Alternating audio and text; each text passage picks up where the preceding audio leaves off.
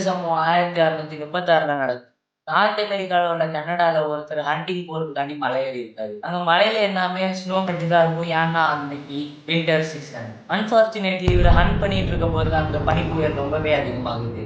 பனிப்புயல் அதிகமான உடனே இவரு ஒரு குகையில வெயிட் பண்றாரு. இவரு கூட சில பேர் வெயிட் பண்றாங்க. இப்படி போய்கிட்டு இருக்கல ரொம்ப நேரமா அந்த பனிப்புயல் நிக்காம அடிச்சுட்டு இருந்ததுனால அந்த நம்மளோட ஹண்டருக்கு ரொம்பவே பசிக்க ஆரம்பிக்குது.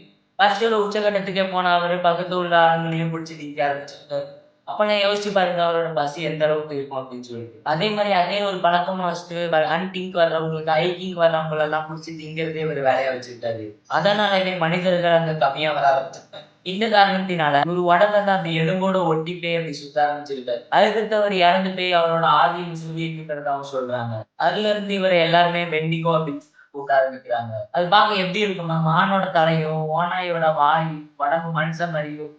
அமெரிக்கால இன்னும் சில பேருக்கு ஒரு ஈவில் ஸ்பிரிட் வர்றவங்களெல்லாம் உடம்புக்குள்ள பூந்து கொல்லும் அப்படின்னு சொல்றாங்க. அது மட்டும் இல்லாம இதோட ஹார்ட் வந்து ஐஸால் ஆன மாதிரி இருக்குமா, இது வந்து நெருப்புன்னா சுத்தமா பிடிக்காதாம். அப்பனா என்கிட்ட இருந்து தப்பிக்கிறது ஈஸி தானே. நெருப்பு பத்த வச்சுட்டு அதுக்கு நெஞ்சுக்கிட்ட போய் கொண்டு போயிட்டு அதோட ஹார்ட் உருகி அது செத்து போயிருமே, என்கிட்ட ஈஸியா தப்பிக்கலாமே அப்படின்னு சொல்லிருக்கேன்னா, அதுதான் கிடையாது. இதை நீங்க பார்த்தீங்கன்னா அது கன்ஃபார்ம் பனி புயல் நடுவுல தான் பார்ப்பீங்க. அந்த பனி புயலுக்கு நடுவுல உங்களால தீலாம் பத்த வைக்க முடியாது. அதனால இது அசால்ட்டாவே உங்கள கொண்டு போயிரும். இந்த கிரியேச்சர பத்தி நீங்க என்ன நினைக்கிறீங்க? மறக்காம கமெண்ட்ல சொல்லுங்க. கொஞ்சம் வீடியோ குவாலிட்டி அது மட்டும் இல்லாம வீடியோஸ் எல்லாம் கொஞ்சம் அப்கிரேட் பண்ணியிருக்கேன். எப்படி இருக்குன்னு அதையும் கமெண்ட்ல சொல்லுங்க. உங்கள அடுத்த வீடியோல சந்திக்கிற வரைக்கும் பாய்.